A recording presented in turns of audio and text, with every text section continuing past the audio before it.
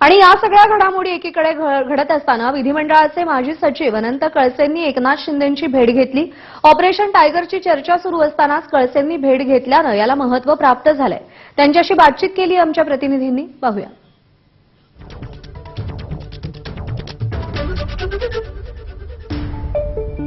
पुन्हा एकदा राज्यात चर्चा सुरू आहे ती म्हणजे ऑपरेशन टायगरची।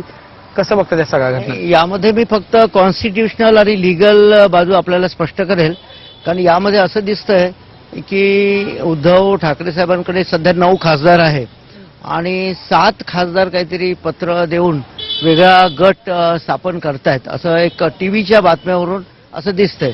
तर यामध्ये हा जो हे सगळं जे प्रकरण आहे हे अँटी डिफेक्शन लॉ आहे, म्हणजे 10वी अनुसूची आपल्या भारतीय संविधानामध्ये 1985 साली माननीय राजीव गांधी पंतप्रधान असताना अमेंडमेंट झाली होती आणि त्याप्रमाणे हे आता मर्जरचं प्रकरण दिसतं। पॅरा 4 प्रमाणे जर 2/3 संसदीय पक्षाचे सदस्य ते जर त्यांनी वेगळा गट स्थापन केला तर ते दुसऱ्या पक्षात विलीन होऊ शकतात, मर्ज होऊ शकतात, अशी स्पष्ट तरतूद पॅरा 4 मध्ये आहे। 9 मध्ये जर 6 किंवा 5 गेले तर त्यांच्यावर काय ऍक्शन होऊ शकते आणि 7चाच गट तयार केला जाऊ शकतो का? 7चा म्हणजे 2/3 जर गट झाला तरच ते मर्जर जे आहे विलिनीकरण त्याला मान्यता मिळू शकते, कारण तशी तरतूद आहे।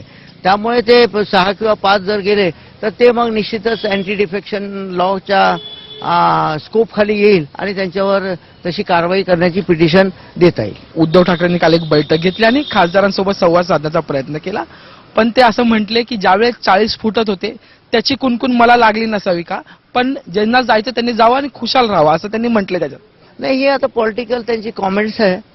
आता हे याच्यामध्ये हे लिगली ते कसं त्याच्यामध्ये बसवतात, ट्रीट करतात, हे आता बघता येईल आपल्याला पुढे काय होईल या प्रकरणात। ऑपरेशन टायगर ऍक्टिव्ह मोडमध्ये झालंय का हे सुद्धा आता तितकंच शोधणं महत्वाचं असणार आहे। वेळ झाल्यास हेमंत कदम सह मी अजय माने, एबीपी माझा, मुंबई।